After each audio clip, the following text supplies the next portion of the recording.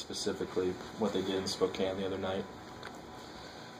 They don't have a lot of holes. They have good size. They have really dynamic pair of guards out there on the floor. They can really score the ball.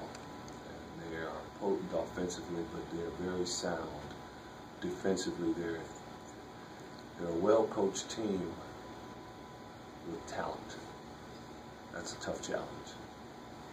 On paper, it doesn't seem like they, are really that great. Like they're the middle of the pack in points allowed, middle of the pack in points scored, and things of that nature. But they have this really impressive record.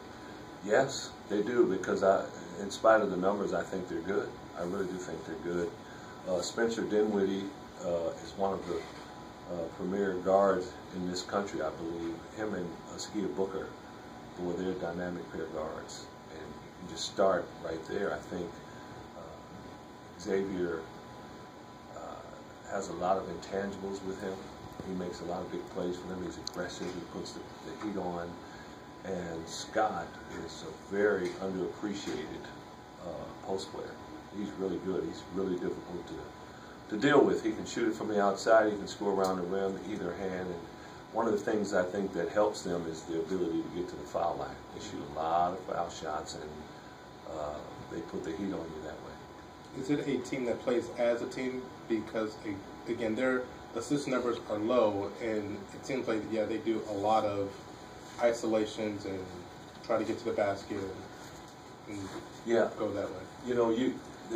You could look at it and say, well, they don't have a lot of assists. Maybe they're selfish. But I wouldn't say that. I just think their scheme, I think they take advantage of their strengths. And they have some players that are hard to defend one-on-one. And I think they create situations like that. They set a lot of ball screens. And with those ball screens, those guys get a little room to maneuver and wiggle and make plays. With the change in your defense, do you feel like this will be the biggest challenge to date then, considering this is the kind of situation that you were hoping to try to stop? Yeah, I think it will be a big challenge for us because they're so aggressive. I mean, DeLon, from Utah, with the aid of the ball screen, broke us down quite a bit in that second half. And we're going to be facing that for 40 minutes with not just one guy, but several. So it is going to be a big challenge for us. How is this Colorado team different this year from maybe from last year? I think Robertson was, I think he was Defensive Player of the Year in our league. He really protected that rim, and he could take guys out of the game.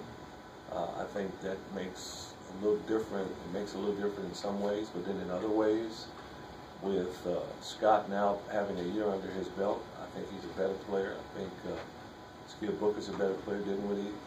They've grown up in some ways too. So they lost. Robertson was a really good player. They were different defensively that way because of him, but offensively, I think they're a little more of a challenge to deal with.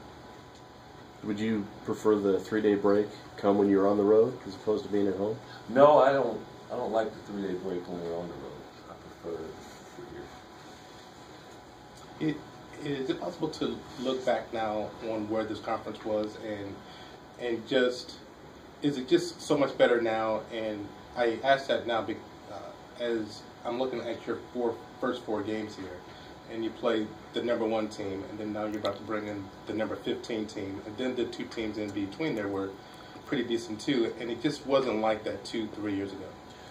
But it was like that 4 or 5 years ago. I just think, we've been saying, I think the coaches, myself along with the rest of the coaches in our league, identified what the issue was. It's just that I thought our league was really, really good there for a while, and the NBA basically raided our league, with the young talent that was in here, and it took a couple years to kind of dig ourselves out of the hole. I think our league has recruited really well. We have some outstanding young talent in, and then also some guys like C.J. Wilcox and Justin Cobb and many others, the guys over at Stanford that now are mature in this league and have grown up. And there we have it. much better teams. Speaking of recruiting, are you starting to sense, based on the new rules and things like that, that maybe you're going to try and adjust your recruiting accordingly? I think we need to be aware and adjust to the new rules, but I think the way we play, we've made some adjustments already. I think we're going to still recruit the same type of player. Yeah. How would you define a UW recruit circa 2013? I just don't think it's any different. You're talking about the type of player we were trying to recruit. Long-limbed, athletic, team-oriented, versatile. That's what we're trying to get. And it's like a fairly small sample size, but have you felt that the officials have sort of gotten back to calling the game the way they used to? Because it seems now that the fouls that were called back in November just start being called now. I think it's balancing itself out a little bit. I don't think it's totally being called the way it was in the past, but I do think there's been a balance into being aware when someone's using two hands to really bump you, and when it's inconsequential. I think that there's a little more of a balance there. And just the way you guys are playing defense now, have you asked your guys to ever switch as much as you're switching now? No. It's kind of been done out of necessity due to our lack of size. And when you look at the guys, aside from Paris, that are in the starting lineup, they're pretty much like size. So we just kind of had to do that to survive a little bit. And there's been some guys who say that they like this because it's easier on their bodies, that they're not running into these screens and they don't have to run around them or underneath them. Do you think this style now that you're playing, is that to stay, or when you get your big guys back next season, do you go back to the... No, it could be. You look at someone like Jannard Giroux. He's 6'10", yet his versatility allows you to do the same thing. He could do the same thing Mike Anderson is doing right now. He's just 6 inches taller because he can guard multiple positions. So, you talk about what kind of player you're trying to recruit. If you're recruiting someone with the length and athleticism and the versatility, then you're able to continue to do something like this if we would choose to do it in the future. Does the new defensive scheme lend itself to better three-point defense, or is it more challenging to slow down shooters? If you went up against a really good shooting team where maybe the perimeter was their focus. We've been very fortunate in that teams are shooting like 13% from the three in the conference games against us, and time will tell if that has anything to do with what we're doing defensively. We haven't been in as many rotation situations with this type of defense as we have been in the past. I don't know if that has anything to do with it or not. Time will tell.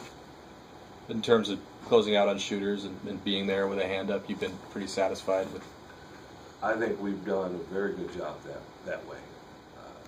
But again, it's when you're not getting beat off the dribble as much, you don't have to rotate as much, which cuts down the number of times you're closing out in games. Another issue we had in transition is we weren't organized. We were getting back in transition, but we weren't organized. We were there, but didn't know where people were.